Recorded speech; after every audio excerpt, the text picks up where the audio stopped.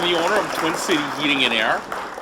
And this journey started in 2002. I left CenterPoint Energy Minigasco to start my own business after 10 years of service because I knew I could do it faster, cheaper, and better than anybody else. And I was smarter at heating and air, when it came to heating and air, as I did test and got my master's in refrigeration, warm air, steam, and hot water and gas. So my core values were better, faster, cheaper, and smarter. They weren't written down, but those were really my core values at that time in a sort of sense. And I did not even have to write them down because I could remember that because I was young and did not worry about taking ginkgo biloba for any of my aging memory. Anyways, all my values that I had were very ego driven, as you can tell by the words better, faster, cheaper, and smarter. And in 2008, I had failed miserably. Better and faster are definitely ego driven words. And at that time, I was $80,000 in debt. Yes, that cheaper core value really worked well for me, for all you business owners that understand that. And that smarter bit, well, I was a young man that said, I know, which means instantly I shut my mind off to any growth that I had. All those values that I had are very self-serving. Now, don't get me wrong, back then I did want to help people and I really wanted to connect with people and I cared, but I never soul searched my core values and list those words and write them down, review them every week, and make all my business, family, and life decisions based on those words. Even though I believe truly I cared about people, I did not take the steps so that those were not truly integrated core values and what really was a value to me that I am really following. So after that, I met a person who had a tremendous ego, which I thought I needed at that time because obviously mine was quite bruised being $80,000 in debt. I told him I was not good with the financials in business, and that was my narrative. $80,000 of debt in a business can put your mindset in that position. That core value of being smarter, maybe I've started just working at that point. Well, he said, you don't have to worry about that financials because I am great at handling all the financials. And you, Wymond, are really smart when it comes to the technical side of the HVAC industry. We would make a good team. Let's roll together and make a lot of money. Well, no core values written out, nor job descriptions.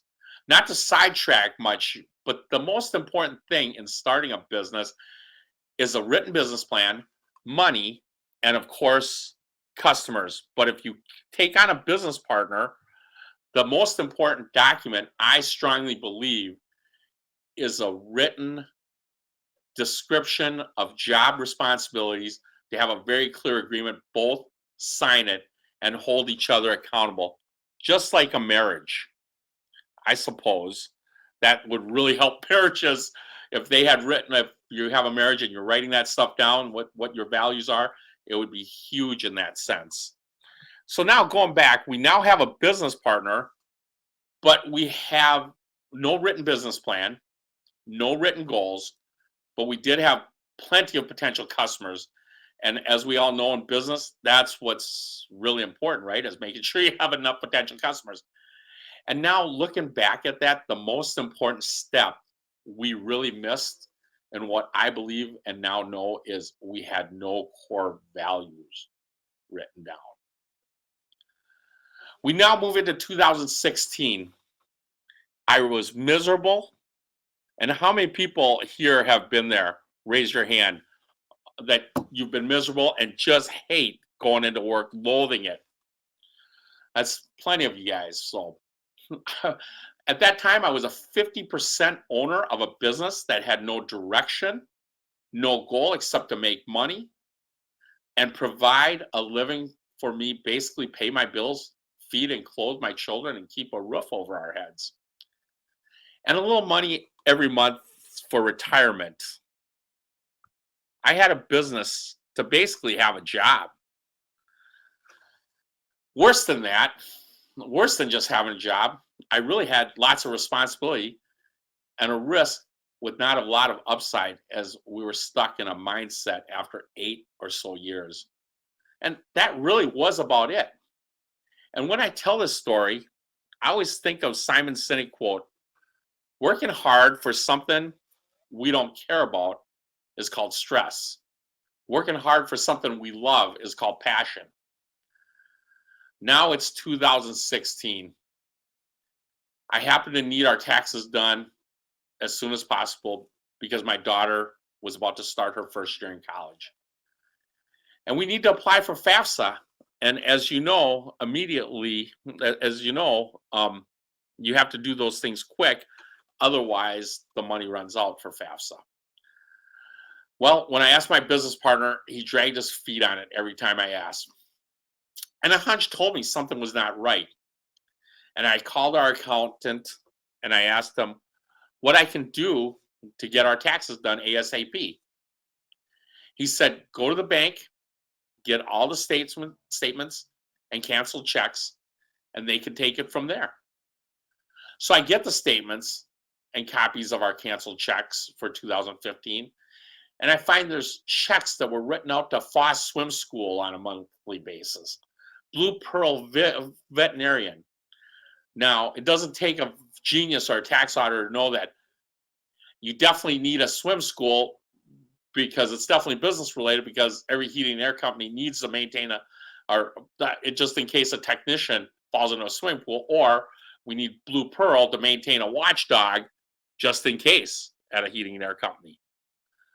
There were also various credit card companies getting checks paid to that I did not recognize from the business account also. What a mess this was. At that point, I went to see an attorney, and the attorney says, it's not stealing because we own the business together. We own the account together. We were both signers. Technically, it is both our monies. Those darn lawyers. But you know, I do not 100% blame it on my ex-business partner, as there could have been things I could have done on my own, such as I should have watched the bank account numbers. I could have held them more accountable by asking them, hey, can you give me spreadsheets on what is getting paid every month? In short, I need to always look at every bad situation with some degree of ownership on myself, accountability, and responsibility. Because if we blame 100% on anything or anyone, we really give up the power to improve and do better, and we close our mind to a lot of things. Kind of opposite of always saying, I know, but really, we're getting the same results, closing our mind to other possibilities. At this point, I truly wanted to curl up in the fetal position and give up. But the competitive side of me kicked in, and the I am not giving up mentality really pushed me forward. And during the time of dissolving the business partnership, I had to do a lot of soul searching. Why is it that I want to have a business? What is my why? I highly recommend the book Start with the Why by Simon Sinek if you feel stuck and want to change your way of thinking. So I search and I find what I really want to do is make a difference before I leave this plane of life. I want to create a company that can sustain 30, 40, 50 families and more in our community. I know none of us here will ever be laying on our deathbed saying, gee, how much better off would I be right now if I could have made more money in April 2020 during COVID? Man, I would be so much better off right now in this bed. No, we don't do that. So at that point, my choice was keeping my dream of people to have great jobs, benefits, and can truly take care of their families with Twin City Heating, Air, and Electric, a company that will make a difference in their lives that I can create, or go work for someone and give up on my awesome, fulfilling dream. I chose to follow my dreams because third time's a charm, right? And I've never looked back ever since. As soon as I started moving forward with a new improved business plan, I hired a business coach and Stephen Crawford. And one of the first assignments was I had to pick a word from a lot of words on a 5-page list. They were adjectives, words that really have meaning to me, that really stands out to me of who I am. My words were passion, growth, win-win, fun, excellence, teamwork, comfort. Again, it was passion, growth, win-win, fun, excellent, teamwork, and comfort. After I picked those words that resonate with me, I need to describe why and how they are important to me. So here goes my why and how. Passion is one of them. We are obsessed in everyone's story and experience in order to have exceptional long-term relationships. We care intensely about our team, customers, and vendors to create a lasting positive impact on our community. I also tell people passion core values can also apply to them in a different way. I believe we always have to have a passion for something. I know getting up in the morning and saying, ooh, I can't wait to see what's wrong with that first broken furnace or AC as my first job is what I'm passionate about. That's not the passion that is needed to have an impact. To some, that passion may be, I want a brand new boat. This is my passion. And that is why I do what I do at a high level every day. Recognizing your passion and tying it to what you do is important. So if that word passion means to you that having that boat is huge, it may be worded in this sense. Passion. I obsess in repairing heating and air equipment because I'm good at it and it will fulfill my dream of owning a yacht. Mine just happens to be I am obsessed with everyone's story and experience in order to have an exceptional long-term relationship and create a lasting positive impact on our community. There's no right or wrong in your core values. It's just, it really is all about what that core value word means to you. And you can always change, adjust, or even remove them, as you'll see on the next one. My next one was growth. We learn rapidly, adjust quickly, expand our intelligence through collaboration and lifelong learning to achieve maximum growth and innovation. So you heard earlier, I had comfort as one of my core values. I had to remove it due to when you grow, you should never feel comfortable. You need to push yourself to grow. If you are comfortable while growing, something is definitely not right. Kids doing homework, they're never comfortable. It's not comfortable, but we know that they grow from it. So I definitely needed to take comfort out of it a few years back. Then came win-win. That really stuck with me because we create win-win partnerships with customers, suppliers, and team members to create champions within all of us. An example of this is someone may come to us for a job, and that person, we really, really like that person. It fits everything that we want in it, but that person has a wage that they have to earn to be able to create the win for their family. And they just can't take a job that's less than that because of where their lifestyle is or where their life is, whether they have 8 children or whatever it may be. You know, that number is higher than what we expected in our budget for our company.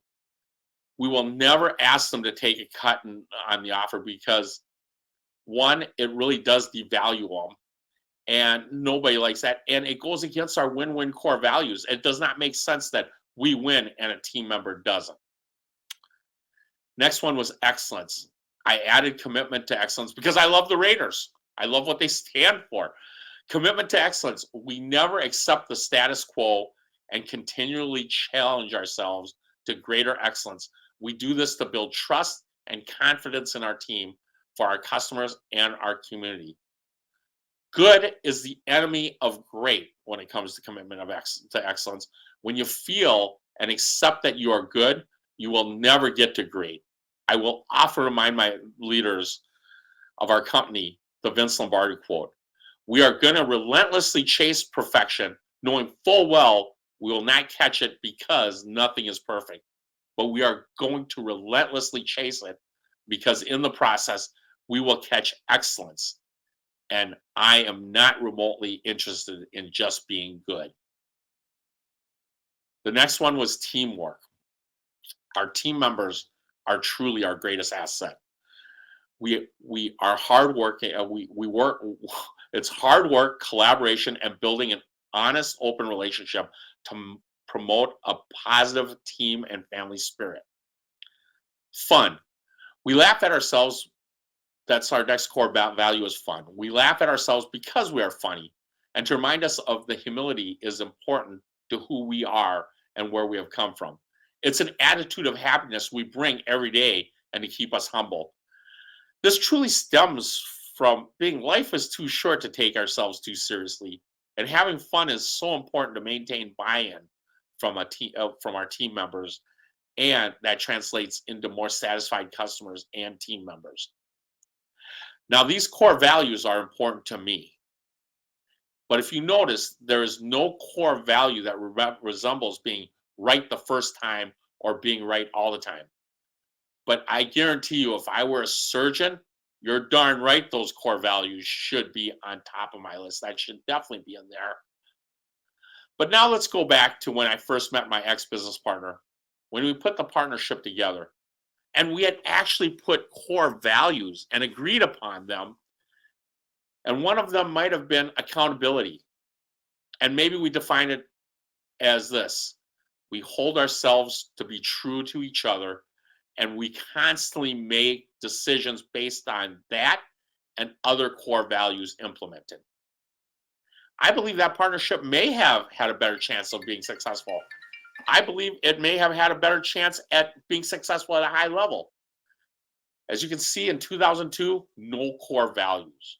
Then 2016, I took about 40 hours back then to work through my heart and being true to myself on these core values, writing them down and being specific in my definitions of those core values, then reviewing them every week and making all our decisions in business based on our core values.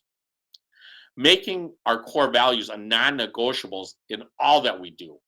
In short, core values are the rules that my team members know we play by every day. Now, I'm not saying that core value is a magic pill for success, and I am far from being a success.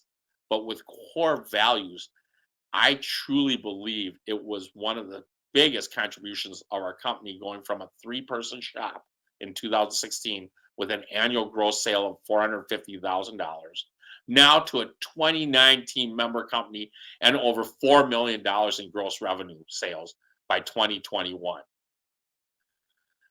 I only tell you this story of core values through business, but I know you can apply these things in life also. So you do not have to be a business owner to create a set of core values to live by and make decisions in your life by. I challenge you with this. Take some time. Write down some meaningful adjectives to you. Then define what and why that word resonates with you. Be open and honest with yourself. There is no right or wrong to your core values. It really is who you are. Finalize it on paper and start to use your core values in all your decisions and see what a positive impact it makes on your life and in business. And with one of my favorite core values, commitment to excellence, I really love that core value, even though I know it means hard work. But I also believe the harder I work, the luckier I get. I will leave you with this quote related to commitment to excellence. How far I have come is not as important as how far I can go.